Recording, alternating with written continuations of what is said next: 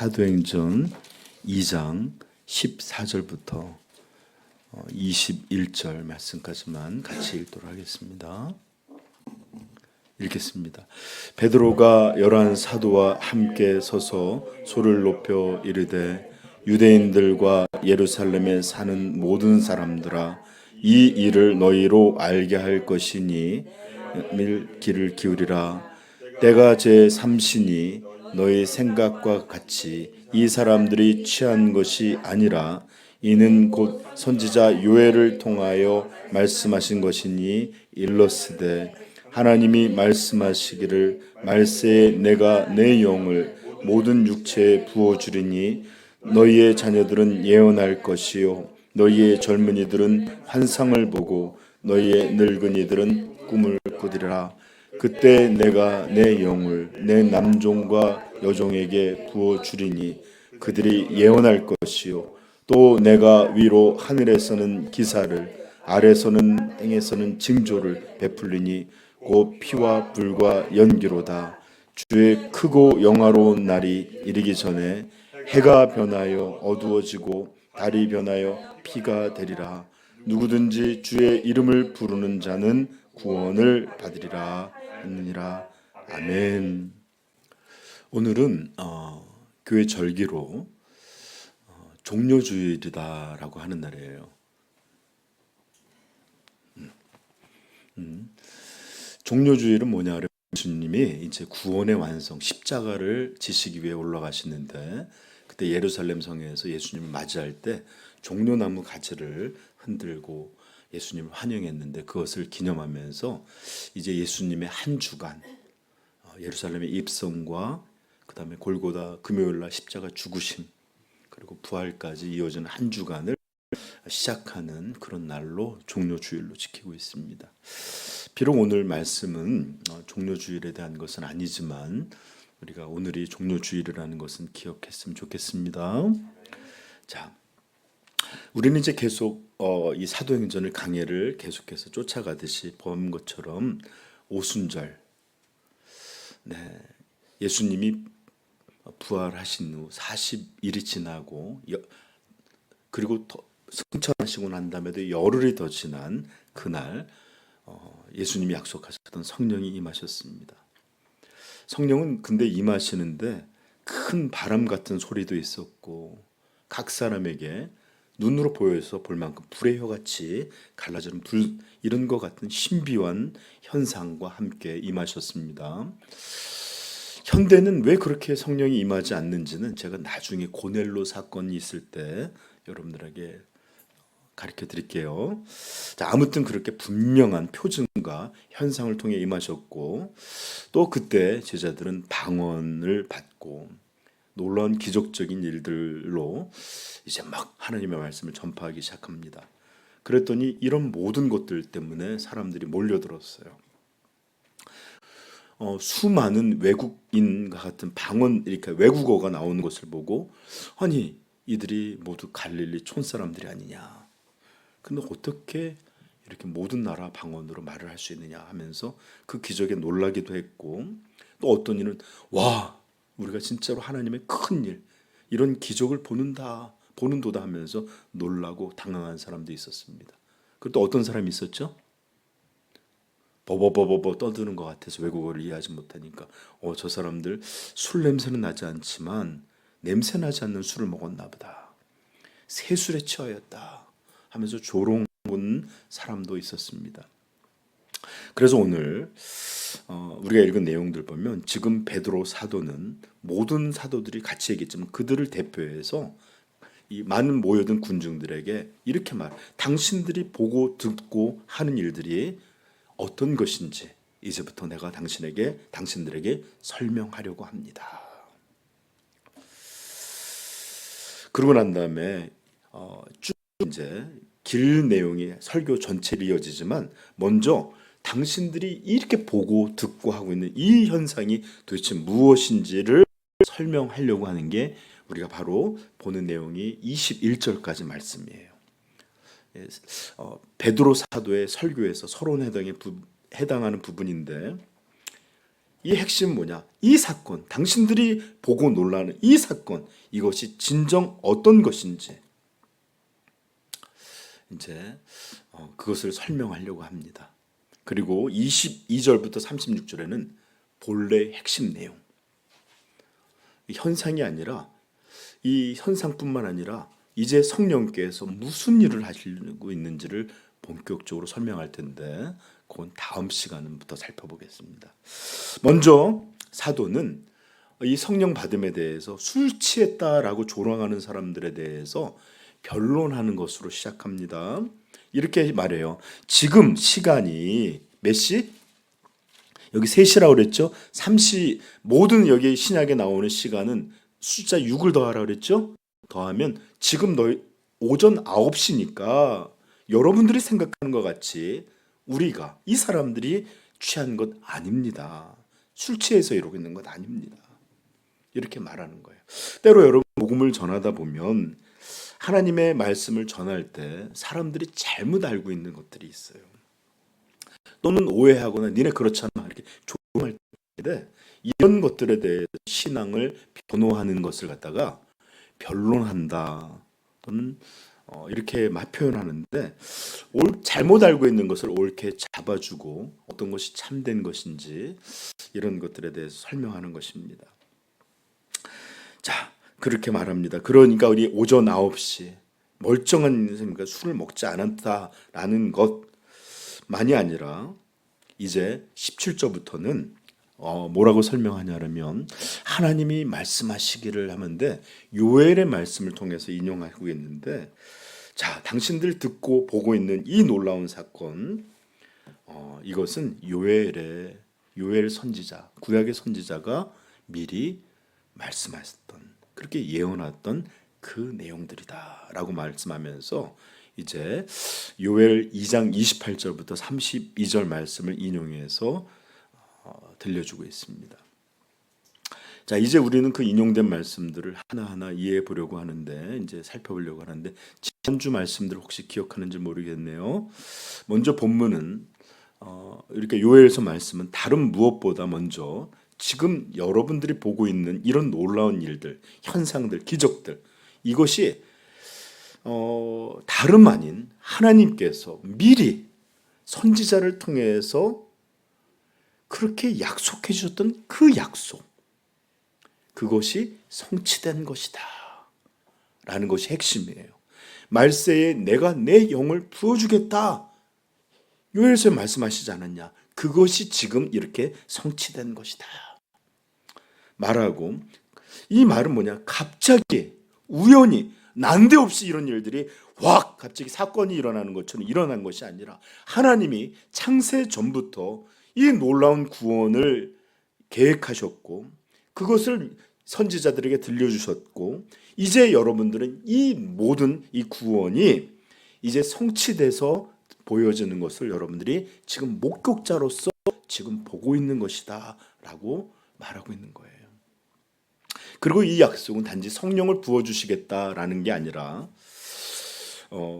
여기 17절 18절 한번 읽어볼까요? 시작. 내 영을 모든 육체에 부어주리니 그때 내가 18절 같이 읽어볼까요? 시작. 야, 여기까지만 읽겠습니다. 여기 보면 그냥 성령을 부어주겠다는 게 아니라 모든 육체에게 내 영을 모든 육체에게 제가 오순절이 왜 다른 성령을 부어주시면 그렇게 다른 것이다 다른 사건이다 새 시대다 이렇게 얘기한 거 많이 설명해 드렸죠. 그렇습니다. 하나님께서는 구약에서 특별한 사람을 선택하시고 특별한 자에게만 아주 영구히가 아니라 아주 일정한 한대 시간 동안만 부어주셨어요. 그리고 또 그들이 범죄하거나 잘못하면 떠나기도 하셨습니다. 그런데 이 오순절로부터 시작되는 이 성령을 우리에게 주심은 이제 특별한 사람이 아니라 모든 믿는 자에게 그 다음에 일시적이 아니라 항구적으로 영원토록 부어주시는 새로운 성령 시대가 열리게 될 것을 약속해 주셨고 이제 베드로는 이것이 너희의 보는 바와 같이 이렇게 이루어졌다라고 들려주시는 겁니다. 그러므로 사도는 너희들이 지금 보고 있는 이 사건이 하나님께서 허락하시는 놀라운 구속사의 순간이요, 새 시대가 펼쳐지는 전환점으로서 너희들이 그 목격자들이요, 증인들이다, 이렇게 그들에게 들려주고 있는 것입니다. 그리고 이것이 진실임을, 이것이 그냥 내 개인의 의견이 아니고 진실임을 분명하게 입증하기 위해서 요엘에서 성령이 임하면 어떤 일이 일어날 것인가에 대해서 들려주는데, 여기 우리 17절 중간에 보면 이런 말이 나오죠. 자, 17절 처음부터 읽어봅시다. 하나님이 말씀하시기를 말세 내가 내 영을 모든 육체에 부어주리니. 그럼 어떻게 된 일이 되느냐? 시작. 너희의 자녀들은 예언할 것이요, 너희의 젊은이들은 환상을 보고 너희의 늙은이들은 꿈을 꾸리라. 아멘. 그리고 18절도 또 말합니다. 시작. 그때 내가 내 영을 남종과 여종들에게 부어주니 그들이 예언할 것이요. 지금 베드로는 요엘서의 말씀을 인용하면서 정말로 말세에, 마지막 때에 성령이 모든 믿는 자에게 조건 없이 부어진 그때가 되면 어떤 일이 일어날 것인지를 언급하는 내용을 말씀하고 있습니다. 예언, 환상, 꿈. 자, 그런데 여러분, 이것이 의미하는 것을 여러분 잘 알아야 돼요. 이 성경은 성경이 담고 있는 것을, 성경이 말하려는 것을 이해해야 되는데, 때로 우리는 이것을 우리가 이해하려는 방식으로 이해할 때가 있습니다. 우리가 살다 보면 그럴 때가 있어요. 제가 좀 재미난 얘기를 하나 해드리면, 제가 고등학교 때 우리 고등학교 때는 학생부가 꽤 컸어요. 그래서 거기 임원을 했습니다. 했는데 임원회의를 왜 그때는 그렇게 열심히 했는지 몰라. 남자 여자 모이니까 재밌어서 아마 그랬던 것 같은데, 하필이면 제가 혼자 좋아하던 여자의 집에서 오늘 그날 어머니가 밥 해주니까 임원회의를 거기서 해라, 그러고 간 거예요. 그러니까 내가 얼마나 좋았겠어요. 거기 가면 방도 볼 수 있고 그러고 갔어요. 그래서 하는데 하필이면 그 메뉴가 제가 제일 싫어하는 음식 중에 하나였다. 카레였어요. 지금은 좋아하지만 그때는 카레를 너무 싫어했어요. 근데 싫다는, 저 카레 안 좋아하는데 하면은 찍힐 것 같아서 잘 보여야 되잖아요. 그래서 카레를 딱 주는데 그냥 붙잡고 막 먹었어요. 왜냐면 우리 그런 거 있죠. 좋아서도 막 먹지만 싫은 거 빨리 먹고 끝내야 되겠다. 그럼 막 먹고 딱 나랬더니 이제 됐다 했더니 저한테 딱 보시면 종국이 카레 좋아하는구나 하면 한 이 행동에 대한 오해가 있었던 거죠. 그렇죠? 이렇게 살다 보면 어떤 행동에 잘못 해석해서 이런 해프닝이 생길 수 있는데, 이건 그냥 별일이 아니에요. 그러나 성경에서 이런 일이 벌어지면 이건 큰일 날 문제입니다. 너무 중요한 문제.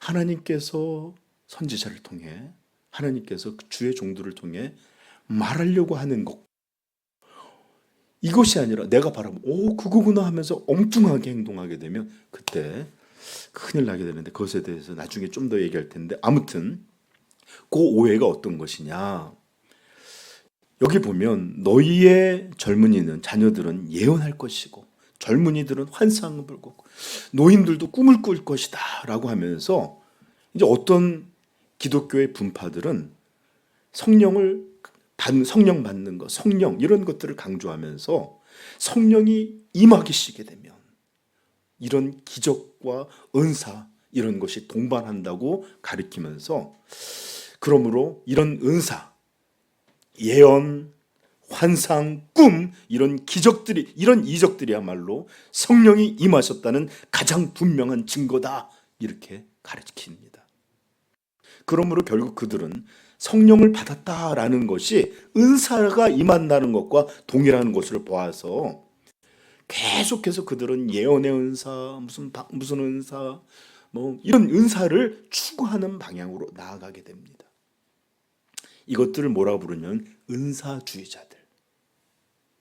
이렇게 꿈, 환상, 예언, 병고침, 방언 뭐 이런 것들을 신앙의 중심으로 이걸 추구하는 것을 신앙이다. 이것을 성령 받고 살아가는 것이다. 이게 능력이다. 이렇게 생각하는 거예요. 그러나 여러분, 오늘 여기서 언급하고 있는 예언, 환상, 꿈은 모두 다른 어떤 종류의 기적을 말하는 게 아니에요. 이것들은 성경에서 하나님이 사람들에게 자신을 계시하시거나 자신의 뜻을, 자신의 말씀을 주신 여러 모양과 방편이었어요. 그래서 히브리서에 보면 1장 1절에 옛적의 조상들에게 여러 모양으로 말씀하셨던 하나님이 마지막 때에는 아들로 말미암아 우리에게 계시를 주셨다. 여기서 말하는 건 봐봐요. 선지자들이 어떻게 말씀을 받았죠? 예언의 말씀으로. 에스겔 같은 거는 환상을 받고, 또 꿈을 통해서 하나님은 그들에게 하나님의 계시를, 그분의 뜻과 그분의 계획을 알리시는 방편들이었어요. 그러므로 이제 성령이 모든 사람에게 임하시면, 즉 새로운 시대가 되면 이제 모든 사람에게 하나님의 놀라운 계시가 마치 선지자들에게 임했던 그런 것처럼, 선지자들에게만 특별히 임했던 게 아니라 이제는 모든 사람이 놀라운 계시를 분명하게 받게 되고 알게 되고 이렇게 보게 될 것이다 라는 약속이에요. 아멘. 그렇습니다. 이렇게 모든 사람에게 임하시는 성령의 보편적인 역사는 성령을 받는 모든 사람이 하나님을 보편적으로 알게 되는 그런 것들에 대한 말씀이 요엘서의 말씀인 거예요. 자, 아니 목사님, 그건 목사님 혼자 주장 아닙니까? 할지 모르겠지만 이사야 11장 9절에 말합니다. 내 거룩한 삶 모든 곳에서 해됨도 없고 상함도 없으니, 마지막 때 말하는 겁니다. 이는 물이 바다를 덮음같이 여호와를 아는 지식이 세상에 충만할 것임이라. 아멘. 성령이 부어주시면 마치 선지자들이 예언하고 꿈과 환상을 받는 것처럼 하나님을 아는, 이 계시를 통해 하나님을 아는 것이 물이 바다를 덮고 있는 것처럼 충만하게 펼쳐질 것이다 약속해 주셨어요. 예레미야 찾아보십시다. 이건 3장 31절. 구약 예레미야 31장, 죄송해요, 3장이 아니라 31장 31절.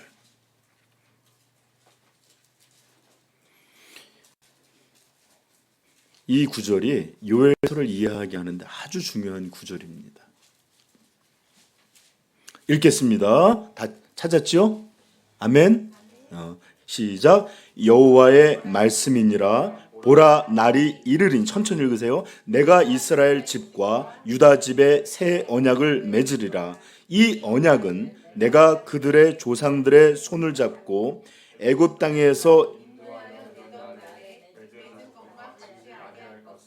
내가 남편이 되었어도 그들이 내 언약을 깨뜨렸음이니라. 여호와 31장 33절 읽을 거예요.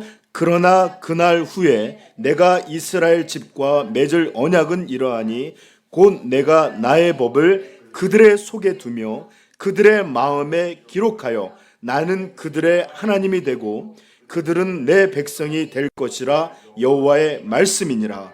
그들이 다시는 각기 이웃과 형제를 가리켜 이르기를 너는 여호와를 알라 하지 아니하니니 이는 작은 자로부터 큰 자까지 나를 알기 때문이라. 아멘. 곧 내가 내 법을 그들의 속에 두며, 이 성령을 통해서 우리 안에 하나님 말씀이 심겨지게 하는 거예요. 그들이 다시는 각기 이웃과 형제를 가리켜 이르기를 너는 여호와를 알라 하지 아니하리니. 이 성령을 통해서 놀라운 하나님의 계시가 이제 선지자에게 거치지 않고 우리에게 직접 깨닫게 되는 이런 일이 있을 것이다 라는 겁니다. 이것이 바로 성령이 모든 이들에게 부어질 때 일어나는 그런 일들이고, 지금 사도는 진짜로 우리 베드로가 복음서에서 보여줬던 내용, 지금 이 설교에서 드러난 이 놀라운 지식 사이에 이 많은 갑자기 줄어들고 있어요. 깨닫게 되는 거죠. 알게 된 것입니다. 지금 그러므로 베드로는 지금 전하고 있는 자신의 설교가 하나님이 말세에 약속하신 그 놀라운 계시의 성취가 지금 이루어진 것이다.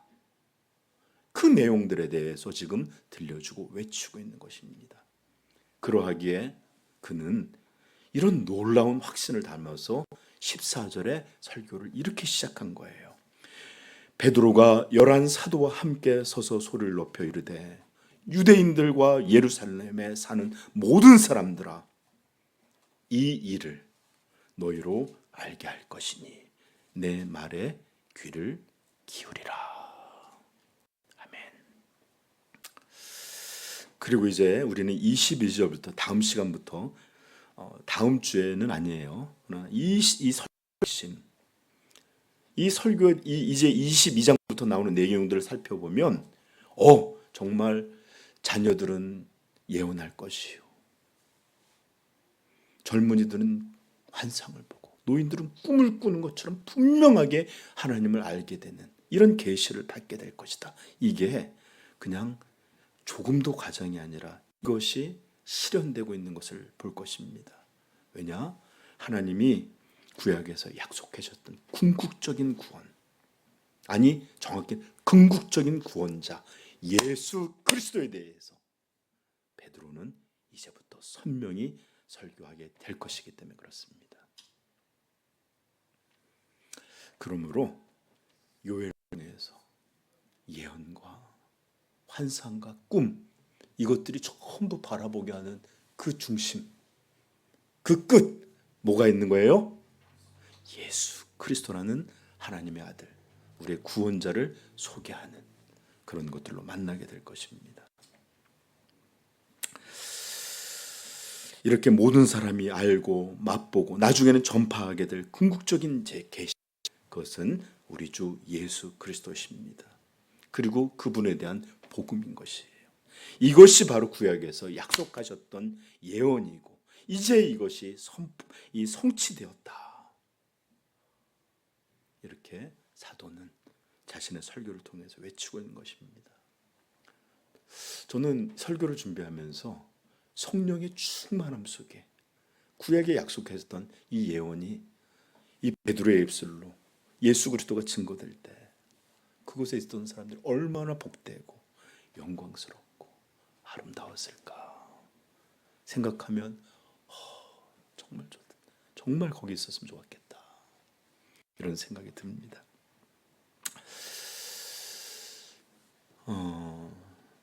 우리는 사실 도통 우리 성도들, 현대 교인들 도통 이렇게 하나님 말씀 듣는 것을 소중히 여기는 분들이 거의 많지 않는 것 같아요. 그러나 여러분 잘 들으세요. 우리가 이렇게 복음의 놀라운 소식들을 매주 듣고 정말 작은 은혜라도 받을 수 있는 것은 오늘 이렇게 성령이 놀라운 보편적인 역사로 모든 믿는 자들에게 하나님께서 부어주시는 새 시대가 되었기에 그나마도 이렇게 말씀을 들을 때마다 깨닫고 탄식하고 기뻐하고 이런 일들을 할 수 있게 된 것입니다. 그러므로 여러분들 안에 주어지시는 성령이 근심하지 않고 또 육체가 여러분들을 지배하는 것이 아니라 주님이 성령이 지배하는 일들에 빼앗기지 않도록 그렇게 여러분들 더 애쓰길 바랍니다. 그렇지 않으면 말씀으로 들리지 않아요. 번거로워요. 지겨워요. 뻔한 소리예요. 깨닫게 되질 않아요. 그러나 성령의 역사가 우리 안에 있으면 정말 하나하나 사랑하는 이의 꾀꼬리 같은 목소리처럼 주옥같이 아름답고 복스럽게 들리는 줄 믿습니다. 자, 그리고 제가 오늘 여기 잘못된 해석이 얼마나 무서운지도 여러분 우리는 좀 생각해 봤으면 좋겠는데, 이에 대해서 베드로는 우리에게 경고해 주고 있는데, 베드로후서 3장 16절 들어보십시오. 또 그 모든 편지에도 이런 일에 관하여 말하였으되 그 중에 알기 어려운 것이 더러 있으니 무식한 자들과 굳세지 못한 자들이 다른 성경과 같이 그것을 억지로 풀다가 스스로 멸망에 이르느니라. 즉 신약의 이렇게 서신서들, 바울 서신 이런 것들도 벌써부터 성경으로 이해하고 있었는데, 이것을 잘못 이해하고 억지로 마음대로 인위적으로 풀다가 어떻게 멸망에 이르게 된다라고 경고하는 겁니다. 이 하나님의 말씀인 성경, 그것을 온전히 이해하지 못하고 알지 못하고 잘못 해석하고 잘못 배우고 잘못 가르치게 되어서 그 표면만 보면 엉뚱한 결론에 이르게 돼요. 예언, 환상, 계시, 기적이구나. 이게 성령의 핵심이구나. 잘못된 것이에요. 무서운 일입니다. 여러분, 예언, 환상, 꿈 모두는 사실 강렬하게 하나를 향하고 있어요. 하나님이 주시는 말씀을 향하는데, 그것은 뭐예요? 예수 그리스도를 바라보게 하고 그분을 깨닫게 하고 그분을 믿게 되도록 우리에게 이끌고 있구만. 그것이 아니라 엉뚱하게 사람을 관심을 끄는 기적, 사람의 관심을 끼는 이적, 이런 은사들에게 초점 맞춰서 할 때마다 하나님이 우리에게 초점을 주고 있는 이 계시에서 점점 멀어져 가서 결국은 구원이 아니라 멸망으로 향하게 되는 것입니다. 얼마나 두렵고 무서운 일이에요. 그러므로 성경을 바라볼 때 내 멋대로 임의로가 아니라 성경이 과연 우리에게 무엇을 말씀해 주려고 하는지를 찾고 배우고 온전한 것이 어떤 것인지를 알아가는 노력을 반드시 필요합니다. 제가 설교를 들을 때 정말 속상한 것 중에 하나가, 예를 들어서 어떤 게 탁 나오면 그냥 말만 같은 걸 붙잡아서 이게 그거다 막 이런 식으로다가 설교하는 분들이 종종 있어요. 여러분, 성경은 저도 그렇고 신학자도 그렇고 매번 배워야 될 하나님의 놀라운 계시들이에요. 그러니까 여러분들 그렇다고 여러분들이 읽지 말라는 거 아닙니다. 이게 그냥 내 멋대로 이해하고 받아들이는 게 아니라 반드시 성경이 우리에게 말하려는 바가 무엇인지를 듣고 이해하고 배우려고 노력해야 된다. 아멘. 그래서 혹시 모르면 책을 찾아보기도 하고, 또 우리 청년분들 같은데 한 분은 저한테 와서 읽은 거를 매번 물어봐요. 그렇게 묻기도 하고 이래야지 이거 그거구나 멋대로 이렇게 방식으로 그렇게 여기지 않길 바래요.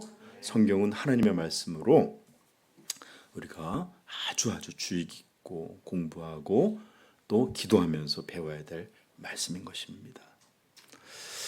자, 그러므로 여러분 한 가지를 기억해야 되는데, 모든 하나님의 계시된 말씀이 거룩하신 하나님과 우리 주 예수 그리스도에게로 이끌지 못하는 어떤 가르침, 어떤 신학, 어떤 내용들이 있다면 이것은, 잘 들으세요, 망하는 가르침이에요.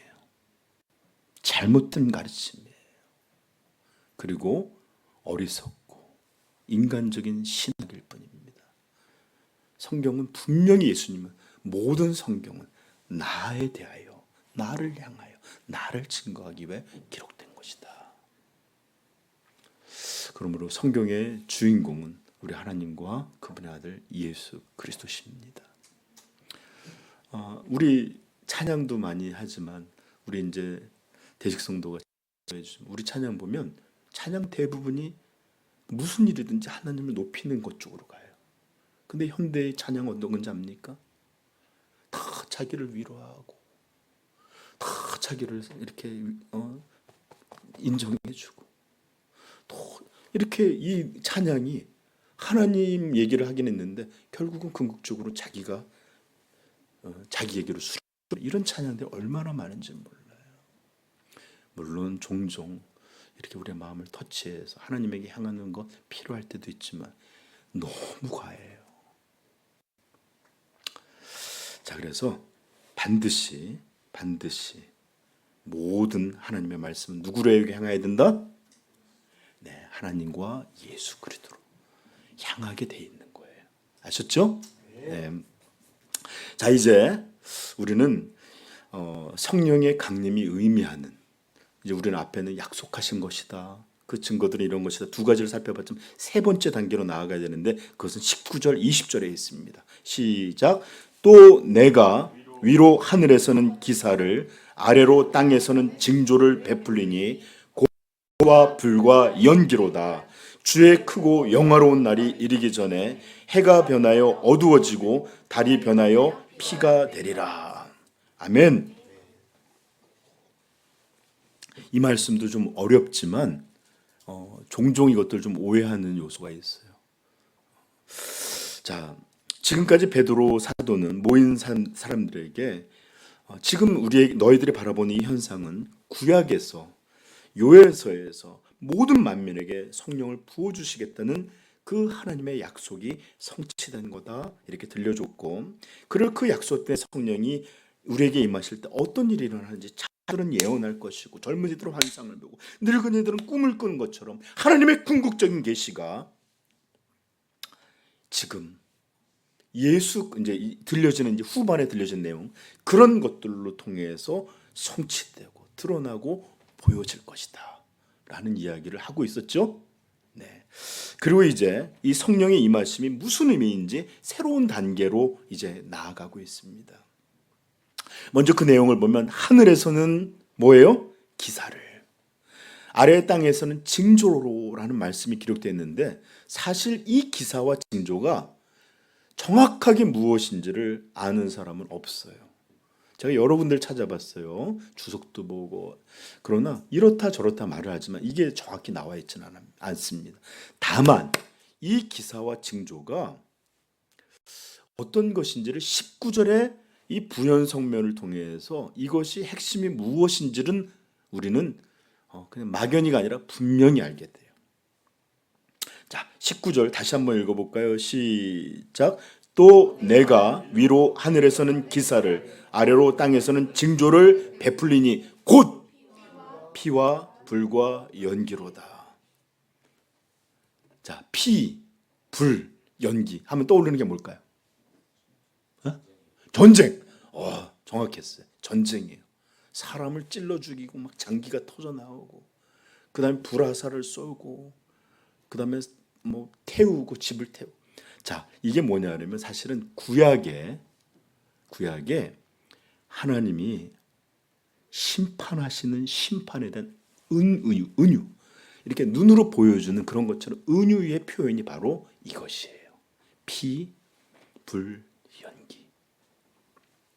우리가 사사기에 보면 하나님 앞에서 그들이 떠나서 우상 숭배할 때마다 미디안을, 블레셋을, 또 다른 나라를 해서 이스라엘을 무섭게 압박하고 침략하고 하게 합니다. 그럼 그들은 또 몇십 년간 우리가 일제에 이렇게 고난을 받았던 거죠. 탄식하고 힘들어하고 그럴 때마다 그들은 하나님께 또 주여 우리가 죄를 지었나이다, 용서해 주옵소서 하면 하나님이 또 그들을 사사를 보내서 구원하시는 내용이 나와 있는데, 이렇게 구약에 보면 피, 연기가 이렇게 하나님의 심판인 것처럼 많이 나오는데, 이 첫 번째 내용이 어디 나올까요?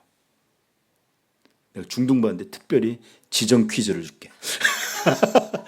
제일 먼저 이런 것들이 이미지가 나오는데 어디서부터일까요? 맞췄어. 내가 맞췄다고 생각. 소돔과 고모라가 멸망할 때 거기서 불이 임하고 연기가 옮기는 것처럼 임하게 되잖아요. 하나님의 심판. 서희 그거 생각한 거 맞지? 은하도 그거 생각했지? 역시 너네 누가 가르쳤니? 자, 출애굽기에도 보면 하나님이 물을 피로 변하게 하시든지 불우박을 내리시든지 이런 이미지가 가득합니다. 이사야서 34장 9절 에돔의 시내들은 변하여 역청이 되고 그 티끌은 유황이 되고 그 땅은 불붙는 역청이 되며 낮에나 밤에나 꺼지지 아니하고 그 연기가 끊임없이 떠오를 것이며 세세에 항무하여 그리로 지날 자가 영원히 없으리라. 심판에 대한 얘기예요. 이렇듯 피, 불, 연기는 그 이미지가 전쟁의 참상을 보여주는 것처럼 하나님이 무섭게 심판하시는 심판의 은유들, 표상들입니다. 그리고 20절 읽어볼까요? 시작. 주의 크고 영화로운 날이 이르기 전에 해가 변하여 어두워지고 달이 변하여 피가 되리라. 여기 먼저 뒷부분부터 말하면 해가 어두워지고 달이 변하여 피가 되리라 라는 것은 잘 좀 보세요. 하나님이 말세, 즉 하나님의 최후의 심판으로 인간의 역사를 궁극적으로 끊을 때에 대한 이것도 어떤 그림, 은유적인 표현이에요. 마태복음 24장 29절 그 날 환난 후에 즉시 해가 어두워지며 달이 빛을 내지 아니하며 별들이 하늘에서 떨어지며 하늘의 권능들이 흔들리리라. 이런 것처럼 거대한 우주적인 어떤 변화를 설명하고 있는 것입니다. 자, 요한계시록 찾기 쉬우니까 계시록 6장 12절 한번 읽어볼까요? 6장 12절.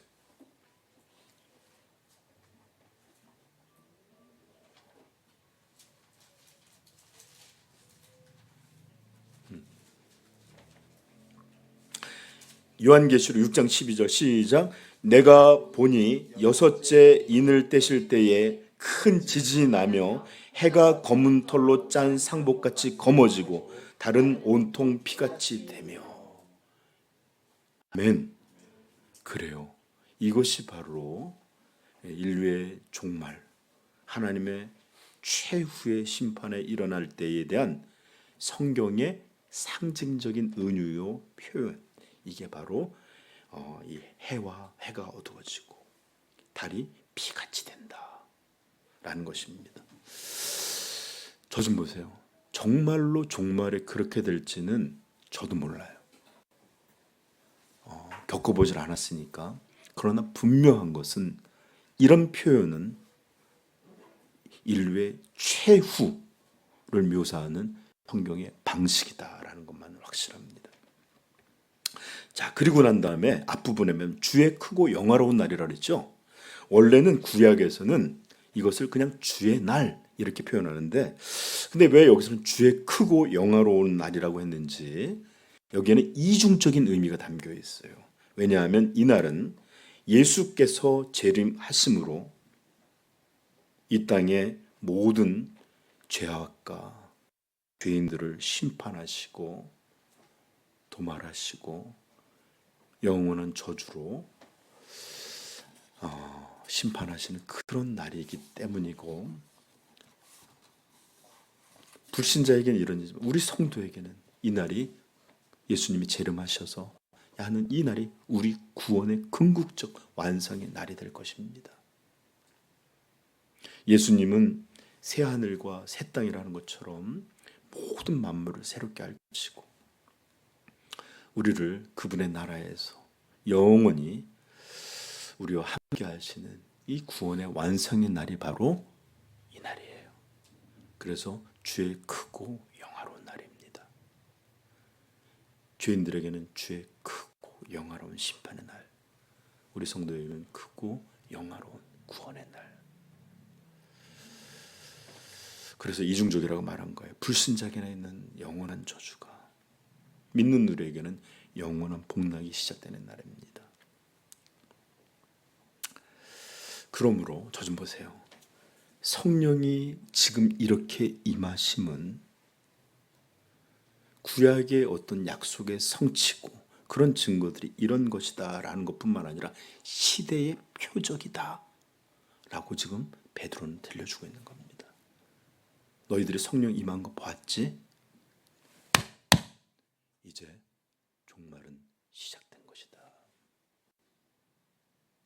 하나님의 구원이 완성되었기에 이제 최후의 심판은 이제 시작되고 있다. 이렇게 들려주고 있는 것입니다. 여러분, 이것은 정말로 무섭고 두려운 현실인 거예요. 우리가 성령을 받으면 뭐 이적이나 이런 랄랄랄라 뭐 이런 것만이 아니라 이것이 예수 그리스도를 알게 하는, 구원에 이르게 하는 것처럼 이제 최후의 심판, 하나님의 궁극적인 구원이 완성되었기에, 잘 들으세요, 노아의 방주가 완성되었기에 이제 비는 퍼부어질 것입니다. 저는 교회에서 종종 하나님의 심판, 하나님의 영원한 형벌, 지옥 이런 것을 전하고 가르칠 때마다 마음이 너무 좋지 않아요. 소돔에 롯의 사유들이 있었는데 천사들이 이것을 말할 거. 그랬더니 롯이 이들도 데려갔으면 좋겠습니다. 전했어요.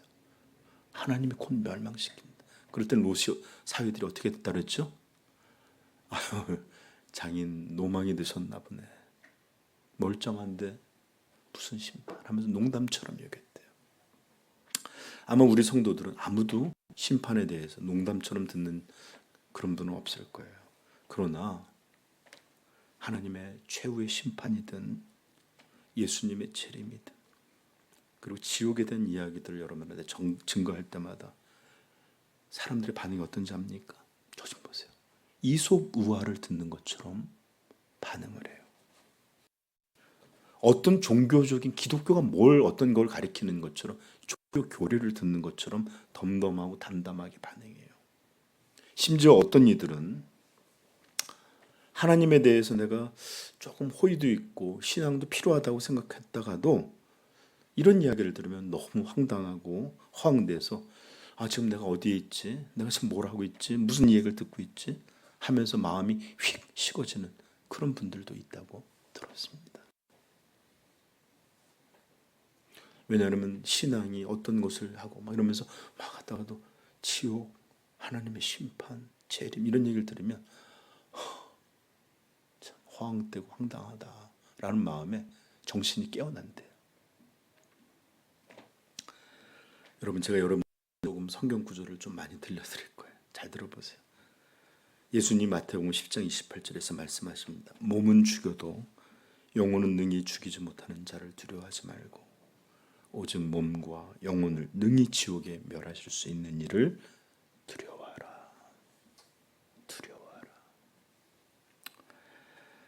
몸과 영혼을, 지옥은 영혼만 가는 곳 아니에요.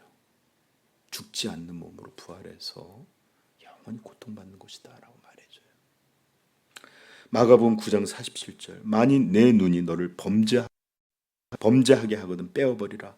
한 눈으로 하나님 나라에 들어가는 것이 두 눈을 가지고 지옥에 들어가는 것보다, 던져지는 것보다 나으니라. 거기서는 구더기도 죽지 않고 불도 꺼지지 아니하느니라. 여러분, 이런 하나님의 심판, 이런 무서운 지옥에 대한 이야기 누가 제일 많이 하신지 아십니까? 예수 그리스도세요. 제가 여기 주보에도 나왔지만 브루스 데말레이스트라고 신학교 교수님인데, 덴버 신학교 교수님, 여기 보면 이렇게 나와요. 예수 그리스도께서 천국의 기쁨보다 지옥의 슬픔에 대해 더 많이 말씀하셨다는 사실은 의미심장하다. 이 토마스 브룩이라는 분은 저주받은 자들은 하나님이 천국에 사시는 동안만큼 지옥에 것이다. 이게 무슨 뜻이에요? 영원히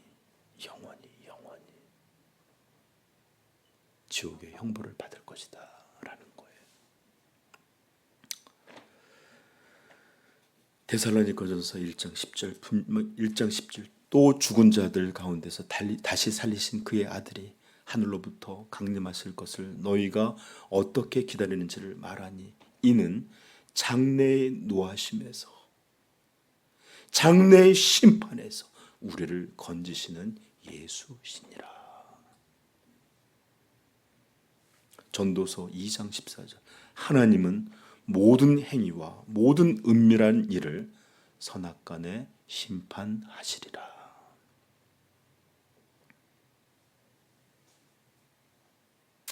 갈라디아서 말씀하죠. 하나님을 가볍게 함부로 여기지 마라. 너희가 무엇으로 심든지 그 심은 대로 거두게 될 것이다. 요한복음 5장 28절 29절 이를 놀랍게 여기지 말라. 무덤 속에 있는 자가 다 그의 음성을 들을 때가 오나니 선한 일을 행한 자는 생명의 부활로 악한 일을 행하는 자는 심판의 부활로 나오리라. 사도행전 17장 31절 바울이 아덴에서 전한 내용입니다. 이는 정하신 사람으로 하여금 천하를 공의로 정의로 심판하실 날을 작정하시고 이에 저를 죽은 자 가운데서 살리신 것으로 모든 사람에게 믿을 만한 증거를 주셨습니다. 로마서 2장 5절 다만 내 고집과 회개하지 아니하는 마음을 따라 진노의 날 곧 하나님의 의로우신 심판이 나타나는 그 날에 임할 진노를 내게 쌓는도다. 하나님께서 각 사람에게 그 행한 대로 보응하시리라. 저 좀 보세요. 내가 눈을 가리고 태양은 없어. 내가 눈을 가리고 여기는 아무도 없어. 이렇게 말한다고 해서 그렇게 되는 게 아닙니다. 내가 세상 재미로 영화와 음악으로 또는 또 다른 게임이나 또 다른 어떤 일들의 욕심으로 내 정신을 팔아서 그런 심판이 없는 것처럼 눈을 감고 살아간다 할지라도 하나님의 심판은 멈추지 않고 다가옵니다. 오히려 단지 그 심판을 쌓아간다라고 말하고 있어요.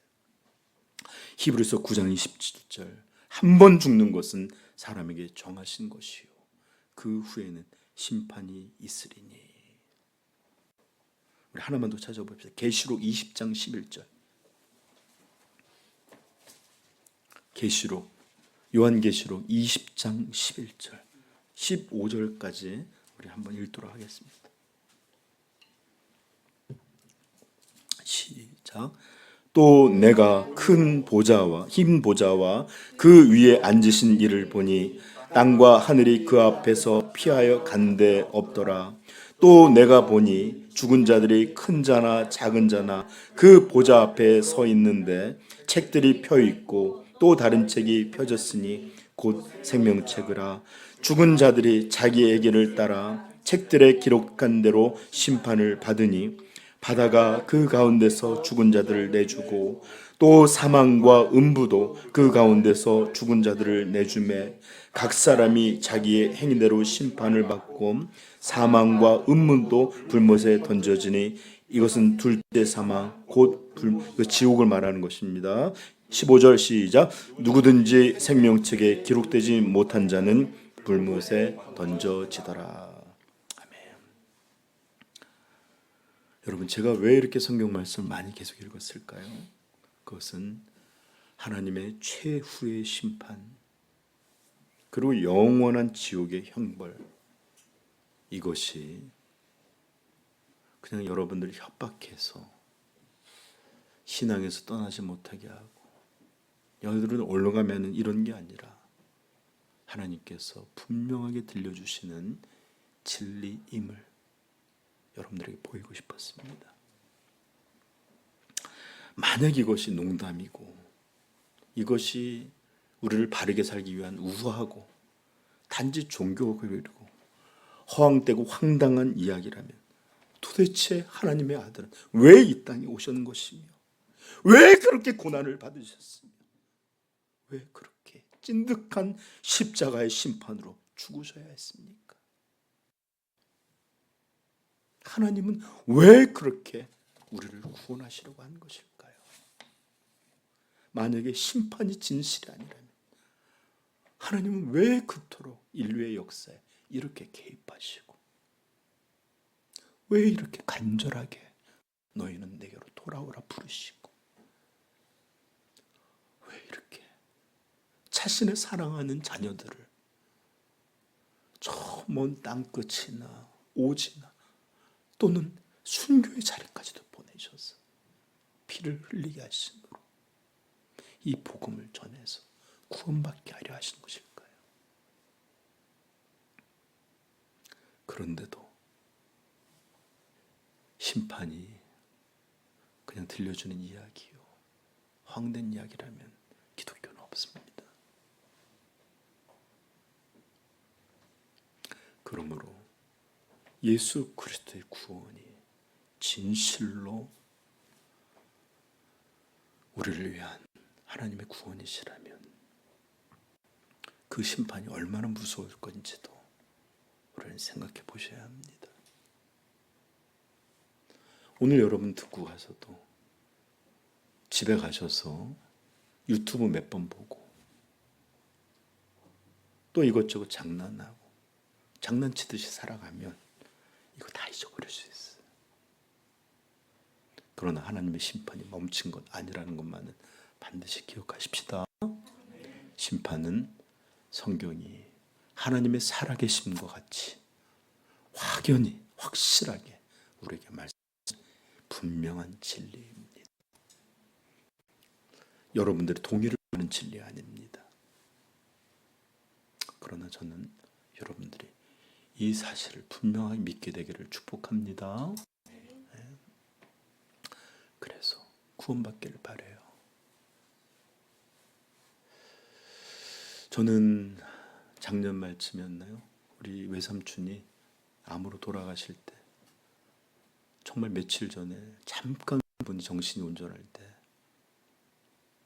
복음을 전할 수 있는 기회를 받았습니다. 제가 가서 덕담하지 않았어요. 외삼촌 죽으면 좋은 데 갈 거예요. 걱정하지 마세요. 이런 얘기 하지 않았습니다. 외삼촌 죽음 후에 두려우신 하나님의 심판이 있습니다. 그리고 하나님은 외삼촌을 구하기 위하여 하나님의 독생자를 우리에게 구원의 자로 보내주셨습니다. 다른 것 아니에요. 그저 예수 그리스도가 나의 구원자인 것, 이것만 믿으세요.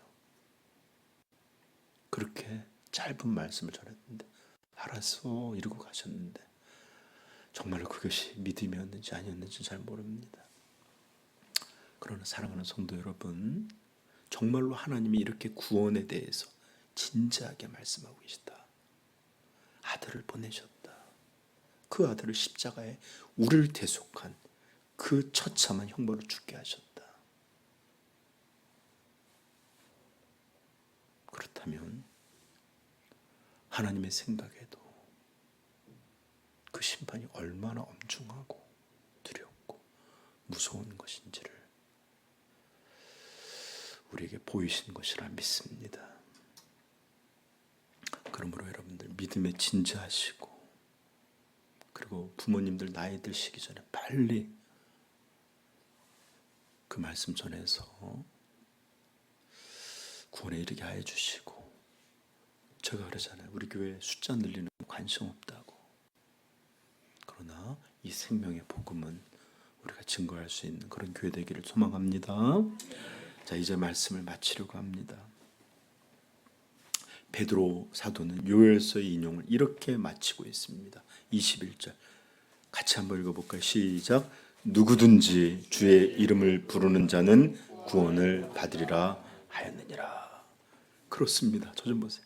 누구든지, 어떠한 죄인이라든지, 어떠한 내 삶을 살아왔든지 구원을 위해 필요한 유일한 이름, 그것은 예수 그리스도 한 분이다. 누구든지 주의 이름을 부르는 자는 구원을 받으리라. 예수께서는 우리를 죄에서 건져주실 그럴 구원자요, 또 그분을 구원자요 그리스도라고 부르는 사람을 위하여 죽으시고 그를 건져내어 영원한 나라에 들어가게 하실 그럴 왕이십니다. 여기서 주의 이름을 부른다, 이것은 다른 어떤 의미가 아닙니다. 내가 예를 들어서 여러분들한테 누구야 부르듯 이런 의미가 아니에요. 그분을 구원자로, 그리스도로, 왕으로 믿고 그렇게 의지하는 것을 표현하는 말입니다. 이렇게 예수께서는 자신을 부르는 모든 자들을 자신의 십자가와 부활로 완전하게 이루어 놓으신 이 구원에 아낌없이, 정말로 아낌없이 풍성하게 우리에게 부어 주실 것입니다. 그러므로 우리의 구원자이신 예수 그리스도를, 그리고 이렇게 아들을 십자가에 보내서 우리를 대속한 죽음으로 죽게 하신 우리 사랑의 하나님을 영원히 찬양할 수 있기를 축복합니다. 그리고 마지막으로 말씀을 드리는 것은 이런 구원에 대한 감격과 감사는 오직 심판의 두려움을 아는 자들에게만 주신 놀라운 은혜임을 기억하면서 예수 그리스도를 믿어 영원한 복락에 들어가게 되기를 우리 주님의 이름으로 축복합니다. 기도하겠습니다.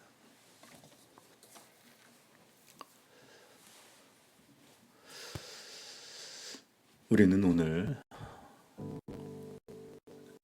오순절 성령의 임하심에 대하여 베드로 사도가 성령을 대신하여 사람들에게 들려주신 내용들에 대해서 들었습니다.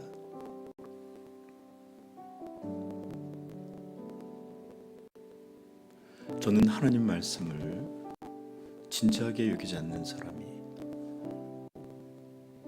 하나님의 백성으로 살아가는 것을 단 한 번도 본 적이 없습니다.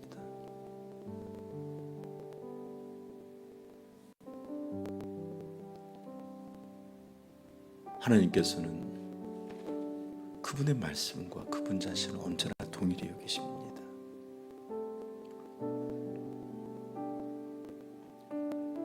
그러므로 최후의 심판과 예수 그리스도의 재림과 그리고 지옥과 천국에 대하여 분명한 믿음이 있기를 축복합니다. 하나님이 온 땅을 물로 심판하시겠다고 미리 노아에게 가르쳐 주셨을 때 120년 전부터 노아는 산꼭대기에서 배를 만들었는데 사람들은 전부 그를 미쳤다고 말했습니다. 조롱했습니다. 지금도 심판과 저주와 지옥을 말하면 예수 그리스도의 재림을 말하면 산에서 배를 짓는 노아와 같이 조롱하거나 또는 참 허무한 일로 생각하는 사람들이 많습니다. 그러나 성령이 우리에게 온전히 임하시고 역사해 주시면 이 일이 진실로 우리에게 일어날 것임을 두렵도록 믿게 되고 깨닫게 되는 줄 믿습니다. 오늘 말씀을 기억하면서 우리 자신을 위해서 기도하십시다. 그리고 우리가 전해야 될 복음 들어야 될 사람들을 위해서 기도하십시다. 정말로 예수 그리스도 안에 있는 이 하나님의 놀라운 구원이 임하기를 이 시간만 도구하겠습니다. 기도합니다.